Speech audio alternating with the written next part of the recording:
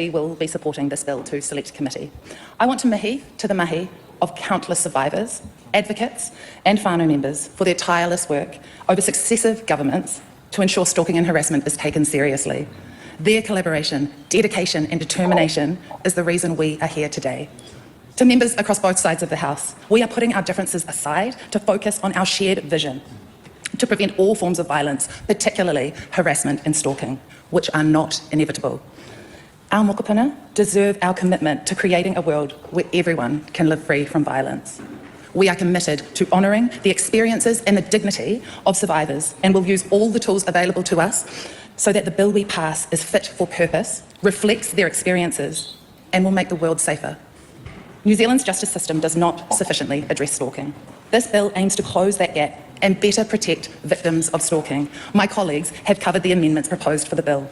Madam Speaker, the Greens recognise that this bill takes a punitive approach.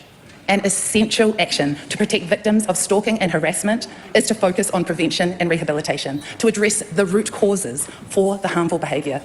We have an across-government strategy Te Aorere Kura, which is a bold action plan to eliminate family and sexual violence in Aotearoa, New Zealand. And I mihi to the Honourable Marama Davidson and Jan Logie for shepherding this action plan into fruition. Prevention and rehabilitation includes robust mental health support, ensuring accessible services to address harmful behaviours early, education on healthy relationships and consent in schools, and adequately funding our frontline community one-stop support services. Madam Speaker, we know the work of experts and survivors, like Aotearoa Free from Stalking and the Coalition for the Safety of Women and Children has been vital to bringing this bill to the House. On the Parliament steps earlier this year, Aotearoa Free from Stalking handed a petition with over 21,000 signatures, which shows how much support this move has.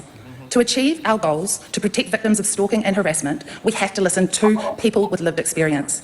There are three main concerns that have been brought to our attention by survivors and experts. Firstly, there are concerns about the requirement of the 12-month timeframe and 3 specific actions to meet the threshold for stalking.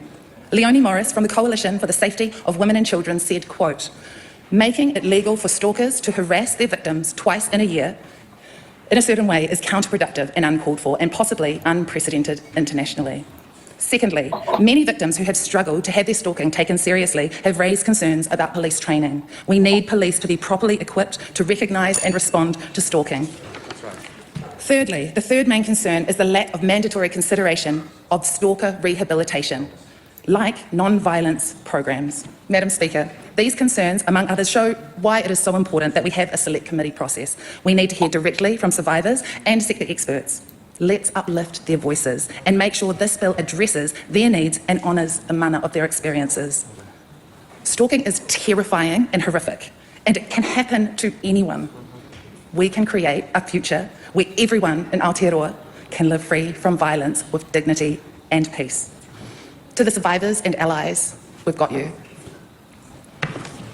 Honourable Karen. Okay, that was very quick. Good speech.